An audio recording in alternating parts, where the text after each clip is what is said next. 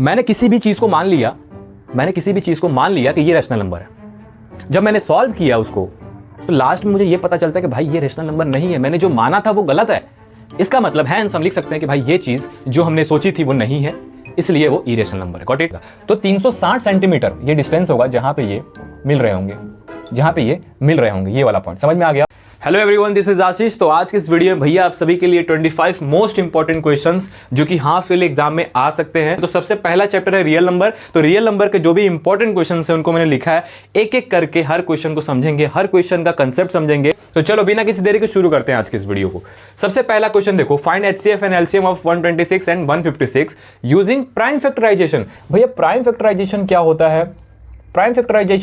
है? बताओ, आप लोग बताओ।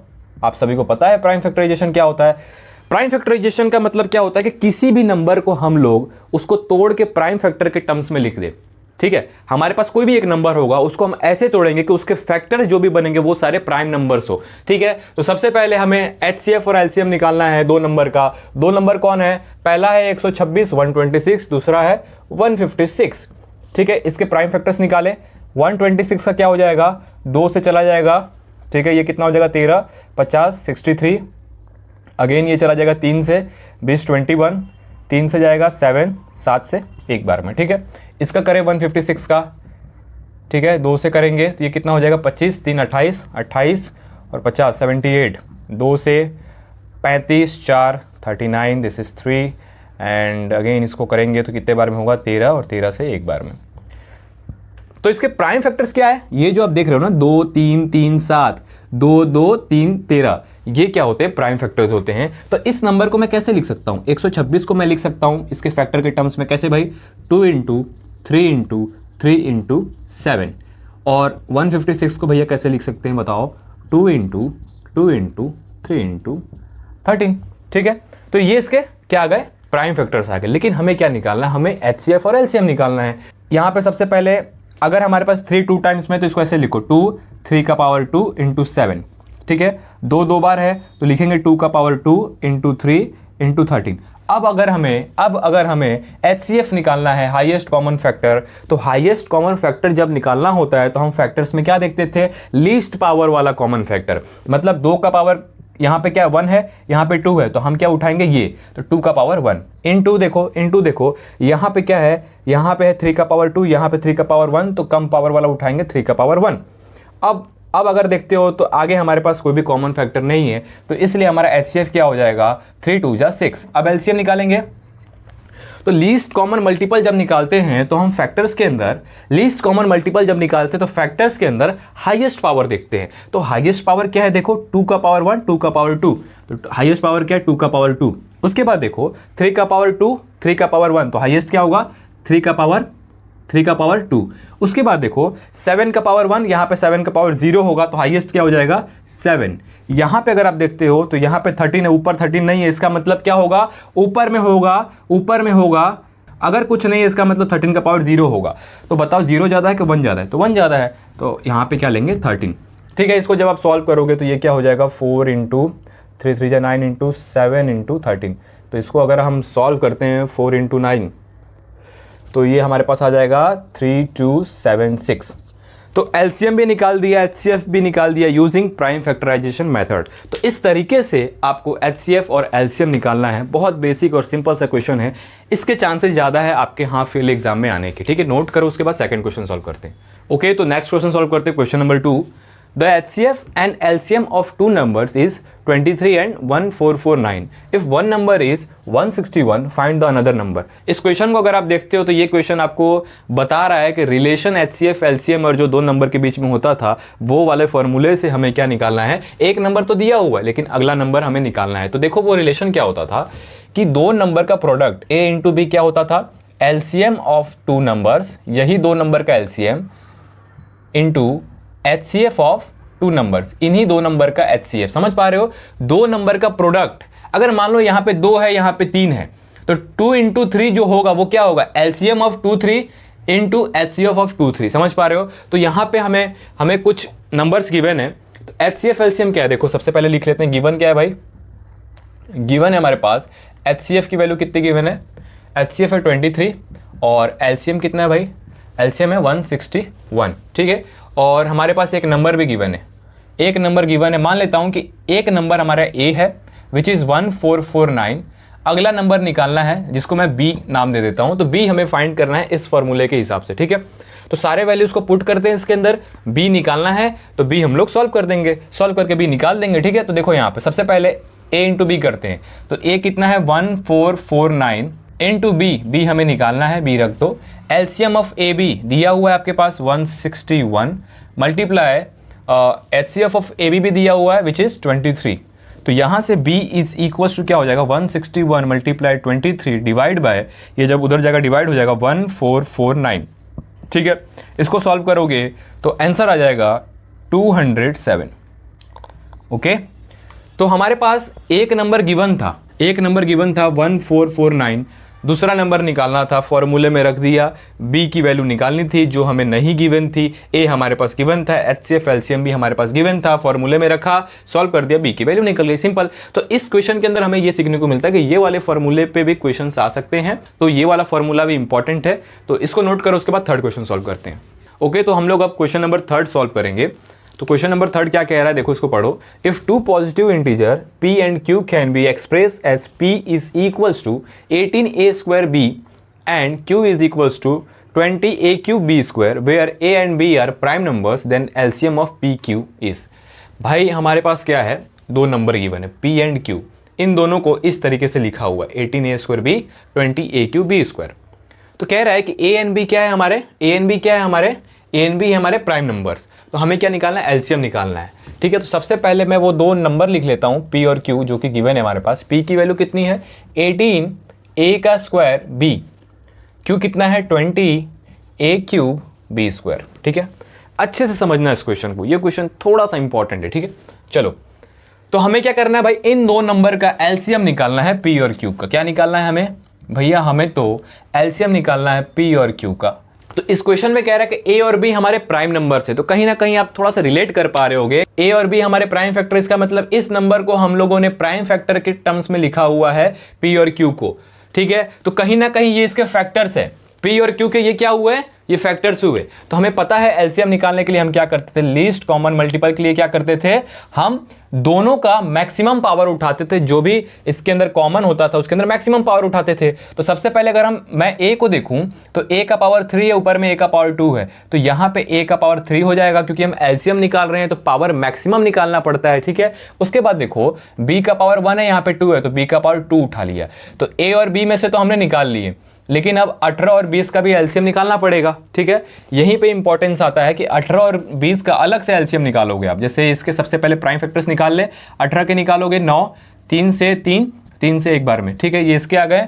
उसके बाद आप निकालोगे 20 के प्राइम फैक्टर, 2 से 10, 2 से 5, 5 से 1, तो 18 के प्राइम फैक्टर्स आ गए 2 इंटू 3 का पावर 2, और क्या है 20 का प्राइम फैक्टर्स आ गए 2 का पावर 2 इंटू 5। तो इसका एलसीएम निकालोगे तो 2 का पावर 1, 2 का पावर 2, तो यहाँ पे क्या आ जाएगा एलसीएम इसका 2 का पावर 2। हमें क्या उठाना है, मैक्सिमम पावर उठाना है, तो 2 का पावर 2 है, यहाँ पे 1 है, तो मैक्सिमम क्या है 2, इसलिए मैंने 2 का पावर 2 उठाया। अब यहाँ पे अगर आप देखोगे तो 3 का पावर 2 है, यहाँ पे 3 का पावर है ही नहीं, तो हमें क्या उठाना है मैक्सिमम, तो 3 का पावर 2 उठा लेना। उसके बाद 5 का पावर 1 है, ऊपर है ही नहीं, तो 5 का पावर 1 मैक्सिमम उठा लेना है। तो एलसीएम जो यहाँ से आएगा 2 2 जा 4, 4 multiply 9 multiply 5 which is equals to 9 5 जा 45, 45 इंटू 4 180, तो एलसीएम क्या हो गया 180। तो इसको अलग से सॉल्व करना था दो नंबर का एलसीएम, ठीक है, तो क्या आ गया 180। तो आगे में हमने ए और बी का एलसीएम निकाल दिया था, हमें ये दो नंबर का निकालना था जो कि आया 180। तो एलसीएम क्या हो गया, एलसीएम क्या आ गया 180a³ b²। इंपॉर्टेंट क्वेश्चन है, ऐसे क्वेश्चंस और आ सकते हैं, इसलिए समझना ज़रूरी था कि पहले हमारे पास जो ए और बी गिवन था इसका हम लोगों ने अलग से एलसीएम निकाला, और जो नंबर्स गिवन थे इसका एलसीएम अलग से हम लोगों ने निकाला, ठीक है। इस तरीके से सॉल्व करना है, इसको नोट करो। इसके बाद हम लोग सॉल्व करेंगे फोर्थ क्वेश्चन। फाइन, तो नेक्स्ट क्वेश्चन है हमारा फोर्थ क्वेश्चन। फोर्थ क्वेश्चन है हमारा वर्ड प्रॉब्लम। वर्ड प्रॉब्लम के ऊपर भैया ने बहुत अच्छा वीडियो बनाया है, अभी तक नहीं देखा तो जाकर उसको देख लो। 44 मिनट्स का अराउंड वीडियो है, उसको 2x पे देख लेना। 20 मिनट में वो वीडियो आपका, 20-21 मिनट में वो वीडियो आपका खत्म हो जाएगा। उसको देखने के बाद ना वर्ड प्रॉब्लम में आपको कभी भी दिक्कत नहीं आएगी, इसकी गारंटी दे रहा हूँ मैं। तो आप जाके देख लेना, उसका लिंक मैं दे दूंगा डिस्क्रिप्शन में, ठीक है। तो इस क्वेश्चन को सॉल्व करते हैं। ये भी हमारा एक वर्ड प्रॉब्लम है, लेकिन एक वर्ड प्रॉब्लम से काम नहीं बनेगा, बेसिक क्लियर करना तो पूरा वीडियो देख लेना, ठीक है। चलो, तो इसको रीड करते हैं। On a morning walk 3 person step out together and their steps measure 30 centimetre, 36 centimetre and 40 centimetre. मतलब 3 लोग हैं, तीनों मॉर्निंग वॉक पे जाते हैं और जिनके स्टेप्स का यहाँ पे दिया हुआ मेजर 30 सेंटीमीटर, 36 एंड 40 सेंटीमीटर।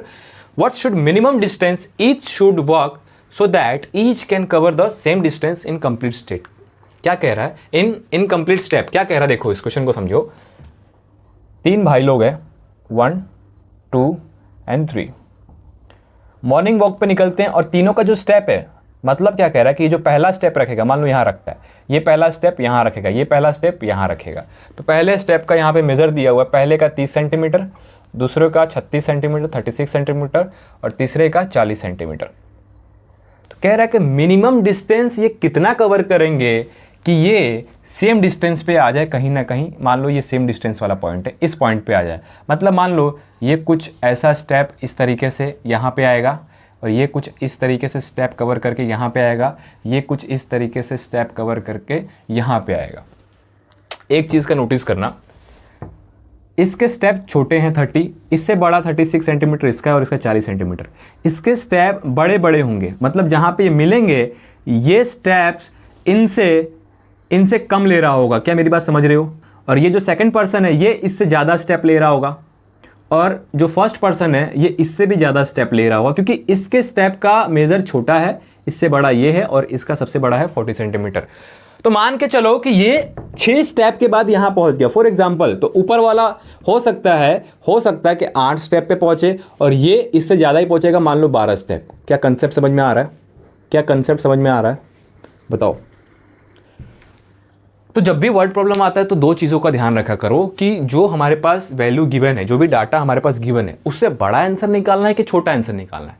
अगर आंसर छोटा निकालना है तो हम HCF का यूज़ करेंगे, अगर हमें आंसर बड़ा निकालना है तो LCM का यूज़ करेंगे। तो मेरी जान यहाँ पे देख, एक बार देख, यहाँ पे तुझे इतना पता चल गया कि पहला स्टेप तो यहीं पे रख दिया इन तीनों ने, तो कहीं ना कहीं इस पॉइंट पे मान के चल रहे मिलेंगे। वो पॉइंट मुझे नहीं पता क्या होगा, लेकिन मान के चलते हैं कि आगे ही मिल रहे हैं। कहीं ना कहीं जो आंसर होगा वो 30 सेंटीमीटर, 36 सेंटीमीटर और 14 सेंटीमीटर से बड़ा होगा, क्योंकि आगे मिल रहे हैं। तो तुझे ये पता चल गया कि जो गिवन डाटा हमारे पास था 30, 36, 40 सेंटीमीटर, इससे बड़ा आंसर आएगा। ये चीज मैंने तुम्हें दिखा भी दिया यहाँ पे कि इससे बड़ा आंसर आ रहा है, यहाँ पे मिलेंगे, इस पॉइंट पे कहीं पे मिल रहे होंगे, तो आंसर तो इससे बड़ा ही आएगा। तो बड़े आंसर के लिए हम क्या करेंगे? LCM निकालेंगे। पहले क्वेश्चन के कंसेप्ट को समझना, उसके बाद उसके ऊपर HCF और LCM अप्लाई करना, ठीक है। तो यहाँ पे हमारे पास गिवन है 30 सेंटीमीटर, 36 सेंटीमीटर और 40 सेंटीमीटर। तो इन तीनों का LCM निकालना है। क्या हम निकाल सकते हैं? तीनों का LCM निकालेंगे तो इसका LCM निकाल सकते हैं हम। देखो निकालते हैं। 30 का निकाले पहले, 2 से 15, 3 से 5, 5 से 1, ठीक है। 30 का निकाल दिया, 36 का निकाले, 36 का निकाले, 36 का 2 से 18, 2 से 9 बार में, 3 से 3 बार में, 3 से 1 बार में, ठीक है। उसके बाद 40 का निकाले, 2 से 20, 2 से 10, फिर 2 से 5 और 5 से 1, ठीक है। इसके प्राइम फैक्टर्स निकाल दिए मैंने। LCM निकालना है तो इसको पहले लिख लो। इसको लिख सकते हैं 2 × 3 × 5। इसके बाद इसको लिख लो 2 का पावर 2 × 3 का पावर 2। इसको लिख लो ये क्या है? ये 2 है, 2 का पावर 3 × 5। तो यहाँ पे 2 का पावर 1 है, यहाँ पे 2 का पावर 2 है, यहाँ पे 3 है। तो LCM क्या हो जाएगा? 2 में 2 का पावर मैक्सिमम क्या है? 3 है, लिख लो यहाँ पे। उसके बाद 3 देखो, 3 का पावर 1 है, यहाँ पे 2 है, यहाँ पे है ही नहीं, तो 3 का पावर 2 मैक्सिमम लेंगे। उसके बाद 5 देखो, उसके बाद 5 देखेंगे तो 5 का पावर 1 है, 5 का पावर 1 है तो मैक्सिमम 5 का पावर 1 है, तो 5 ही लेंगे, ठीक है। इसको सॉल्व करोगे तो क्या आएगा? 2 × 4, 4 × 8, 3 × 3 = 9 × 5, 9 × 5 = 45, 45 × 8 कितना आ जाएगा बता दो? 360 आंसर आएगा हमारा। क्या आएगा? 360। तो ये 360 क्या आया?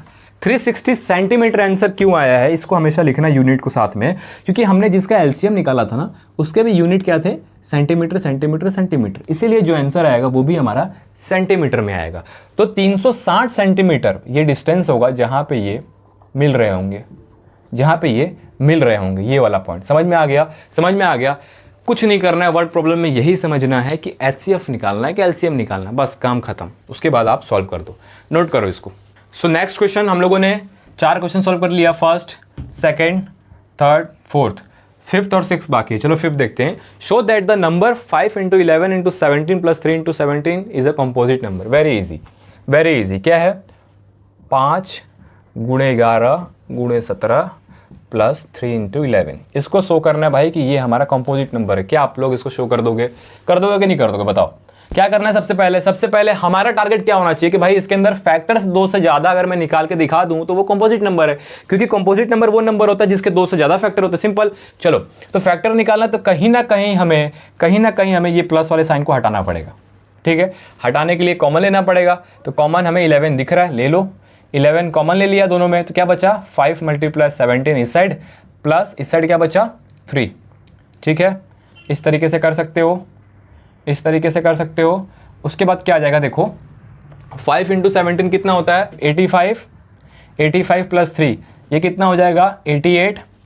इसको तोड़ के लिख दो, 11 × 8 कर सकते हैं। इसको अगेन तोड़ दो, 11 × 4 × 2 × 2 2 4 4 2 8 ऐसे लिख सकते हैं। ठीक है, तो तुम देख सकते हो कि क्या मेरे पास 2 से ज़्यादा फैक्टर है। 2 से ज़्यादा फैक्टर है तो क्या मैं कह सकता हूँ कि ये हमारा कंपोजिट नंबर है। तो इसका कंसेप्ट यही है कि आपको शो करना रहेगा कि 2 से ज़्यादा फैक्टर है। मैंने शो कर दिया 2 4 11 11 ये सारे इसके फैक्टर्स, इसलिए ये हमारा एक कंपोजिट नंबर है। That's it. ठीक है, चलो रफ करते हैं, आगे बढ़ते हैं। ओके, तो हम लोगों ने 5 क्वेश्चंस रियल नंबर चैप्टर के सॉल्व कर दिए। लास्ट क्वेश्चन बहुत इंपॉर्टेंट क्वेश्चन है। इसके अंदर हमको प्रूफ करना रहता है कि √2 √3 √5 √3 प्लस √2 इज इरेशनल नंबर। मैं आपको बता देता हूँ कि इसके अंदर 2 टाइप के क्वेश्चन बनेंगे। या तो सिंगल आपको दे देगा √2 √3 √5, या तो इस तरीके से दे देगा 2 नंबर। ठीक है, दोनों को अलग अलग मैं सिखाऊंगा किस तरीके से प्रूफ करना। ठीक है, सबसे पहले इसको देखते हैं, √2 √3 √5 कोई भी आपके पास नंबर है तो हम इसको सॉल्व करते हैं कॉन्ट्राडिक्शन मेथड से। क्या करते हैं? Contradiction method. भैया ये क्या होता है, पहले समझो ये क्या होता है। मैंने किसी भी चीज़ को मान लिया कि ये रैशनल नंबर है। जब मैंने सॉल्व किया उसको तो लास्ट में मुझे ये पता चलता है कि भाई ये रैशनल नंबर नहीं है, मैंने जो माना था वो गलत है। इसका मतलब हैंस हम लिख सकते हैं कि भाई ये चीज़ जो हमने सोची थी वो नहीं है, इसलिए वो इरेशनल नंबर है। Got it? तो हम यही करने वाले हैं। तो सबसे पहले देखो, हमें मान लेना है कि भाई √2 एज्यूम करना है। क्या करना है? एज्यूम करना है कि √2 हमारा क्या है। Assume √2 is a rational number. Assume किया, समझ गए? तो रैशनल नंबर को मैं लिख सकता हूं, P/Q फॉर्म में। P/Q फॉर्म में लिख सकते हैं भाई, जहां पे P और Q क्या होंगे? कोप्राइम्स होंगे, या फिर मैं ये कह सकता हूं कि इन दोनों का कॉमन फैक्टर 1 होगा। ठीक है, उसके अलावा कोई कॉमन फैक्टर नहीं होना चाहिए। दूसरी चीज कि Q is not equals to 0। अगर रैशनल नंबर है तो ये दोनों चीज मैं बोल सकता हूं। ठीक है, अब दोनों साइड स्क्वायरिंग कर दो। आप स्क्वायरिंग करोगे तो √2 का स्क्वायर 2 हो जाएगा, इधर P का स्क्वायर, नीचे Q का स्क्वायर, इसको उधर ले जाओ, 2Q² इक्वल्स टू P²। अब मुझे एक बात बताओ, ये जो 2 देख रहे हो ये P² को डिवाइड दे देगा। कैसे देगा दिखा देता हूँ। देखो P² डिवाइड बाई 2 डिवाइड दे देगा। ठीक है, तो कहीं ना कहीं मैं लिख सकता हूँ कि जो मेरा 2 है वो P² को डिवाइड दे रहा है। 2 डिवाइड्स P²। तो अगर 2 P² को डिवाइड दे रहा है तो 2 डिवाइड्स ऑल्सो P। समझे मेरी बात? अगर 2 इस P² को डिवाइड दे रहा है तो 2 P को भी तो डिवाइड देगा। कैसे देगा यार, कैसे देगा? चलो देखते हैं। फॉर एग्जाम्पल मान के चलते हैं कि P हमारा 4 है, P का स्क्वायर मतलब 4 का स्क्वायर। हमने कहा कि 2 इसका एक फैक्टर है, वो उसको डिवाइड दे रहा है, तो देखो ये डिवाइड दे देगा। ठीक है, 16 डिवाइड बाई 2 8 आ गया। अब मैं बोल रहा हूं कि अगर 2 P² को डिवाइड देगा, इसका मतलब 2 4² को डिवाइड देगा, तो 2 4 को भी देगा। दे तो रहा है, देखो 4 divide by 2 which is equal to 2। समझ रहे हो ना?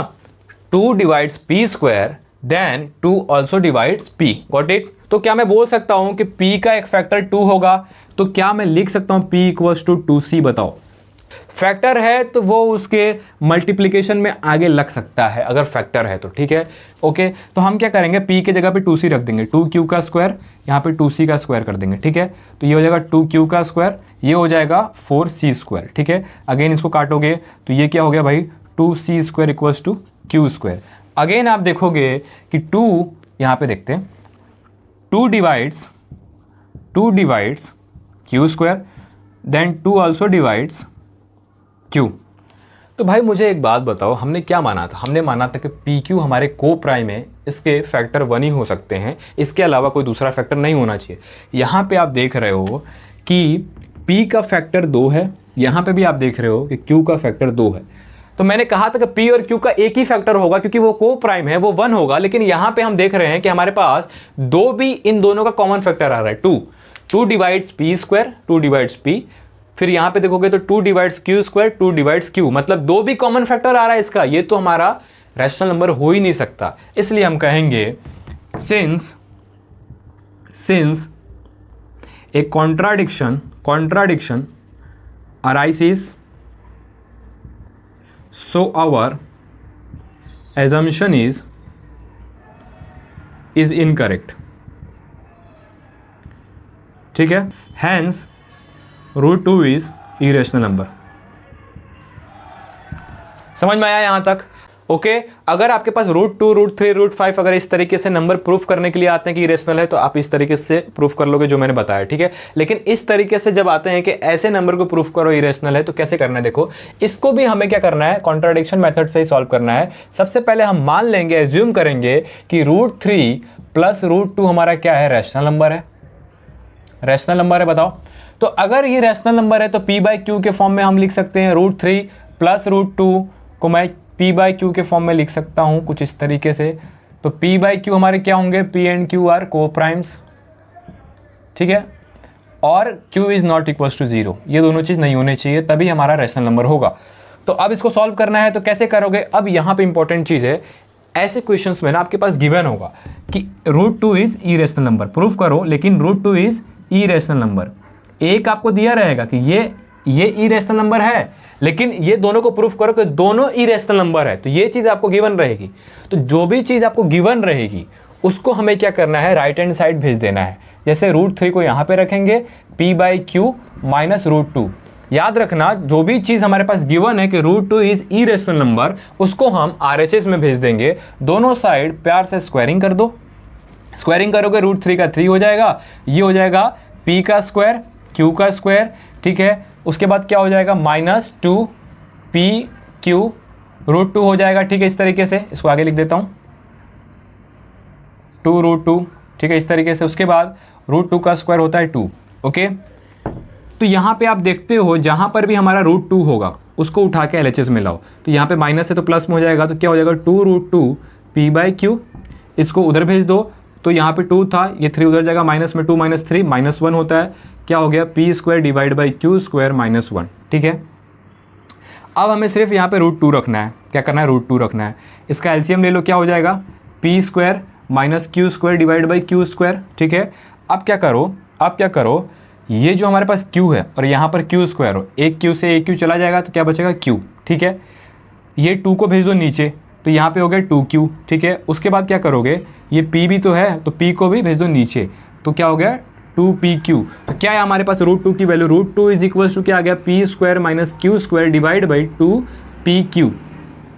अगर आप देखते हो RHS में है, ये रैशनल नंबर आ गया है। तो ऐसा पॉसिबल है क्या कि LHS में इरेशनल नंबर और RHS में रैशनल नंबर?